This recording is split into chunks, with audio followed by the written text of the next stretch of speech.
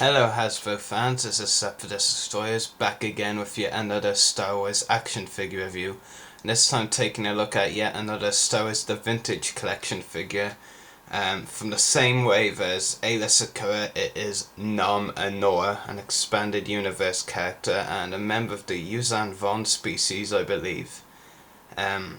Before I talk about the figure more in detail, and it is rather an interesting character at that, I will show you the accessories he comes with, because it looks like it's just one accessory, but it actually splits into two.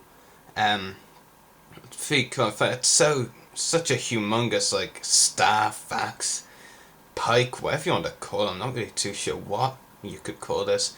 It actually splits into two, and it's so huge that you can't get it all on camera at once. No matter what angle you try and get at, so I just split it into two. So there is one part, a smaller part, but more interesting part, more of a unique design on it, to be honest. And overall it is pretty cool, I have to say. There is the peg, and you can see the hole there, and that's how they plug in, of course, so just show you that. There we go. Although there is a part where it's meant to be aligned to make it look exactly right, but just don't really want to make sure it's absolutely right during the review. And here's the other bit part, not as interesting, to be honest. And I'll just show you the figure now. Overall, it is pretty cool. Actually, before I talk about it in detail, one other thing is, if you get the carded version of the figure, you also get a cape. Which I'd completely forgotten about until we see when my fellow YouTuber Star Wars fan Tommy pointed that out to me, that if you get the carded version he also has a cape. Bulky, of course, unforgettable, but he does come with a cape if you get the card one, so kudos to Star Wars fan Tommy on the reminder. And overall it's pretty cool. This part does come off, I don't really call removable parts of armor or whatever accessories, so technically for me this is an accessory. You might consider it such, but I don't really. Very easy to slot back on. But there is at least one flaw I have with this figure, so I might as well get to it. And to get to it, I'll start with the articulation. He has a ball jointed head, which actually is really limited movement by this collar, so that's one problem. But you can't twist it all the way to take it off. So there we go, demonstration that is a ball jointed head, ball hinged shoulders and elbows, swivel wrist, and one point is the swivel wrists actually come off. I hate it when this happens with figures. Don't really like the fact that I'd remove the wrist. I mean, maybe it would be an interesting addition to something like a stop motion, but you never know, I might find a use for it. Since I'm going to use this figure in my stop motion series. He also has a swivel waist, swivel hips, ball hinge knees. There's actually much of a hinge on them though. And here is where the real articulation flaw is, because if you have figures like the Clone Wars Embo or Kata Parasiti, or one other figure, the Revenge of the Sith to Pound Warrior, that's another one, then the ankles are exactly the same, and the fact that they're not like hinged or jointed, well, kind of are jointed, but they're ankles that come off, which I really hate it when Hasbro includes it with figures. It's just a really lazy excuse for Hasbro saying, here you go, you wanted ankle articulation, you have it, be happy, because that's the ankles you're getting. But honestly, I think personally, in my opinion, I'd rather not have ankles at all than ankles like these that you can't bend down. And without snapping off, basically, really frustrating. But the detail on this figure is really cool.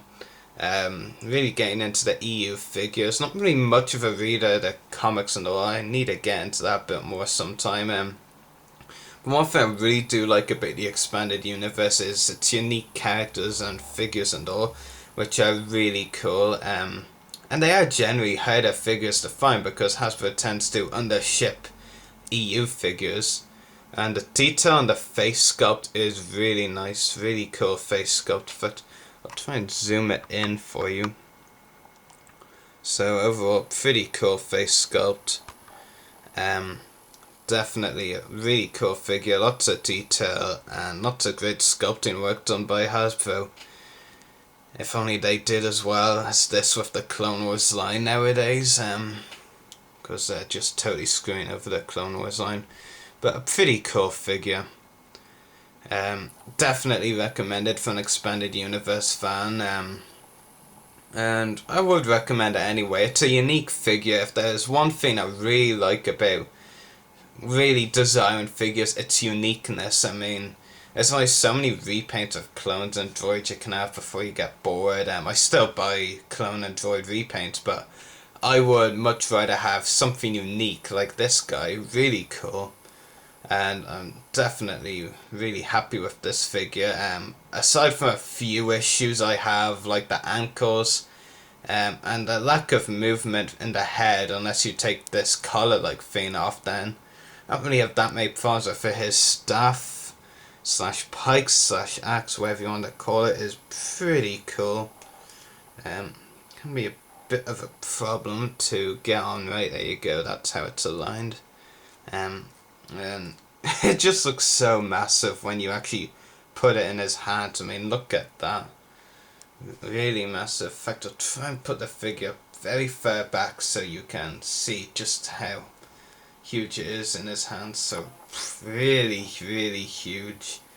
But still a pretty cool accessory, and of course there is that cape if you get the carded version.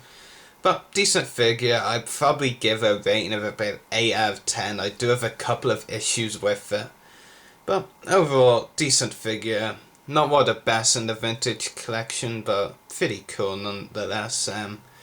And anyway, that should do it for this review. Next review is going to be on the third figure I was able to obtain loose from that wave, from Nom Anor's wave, or the Aayla Secura wave, and this one is actually a clone, the 501st Clone Trooper, and I have a lot to talk about with this guy. So that's the next review coming after Nom Anor's one. So I hope you've enjoyed this review. May the Force be with you, and happy hunting.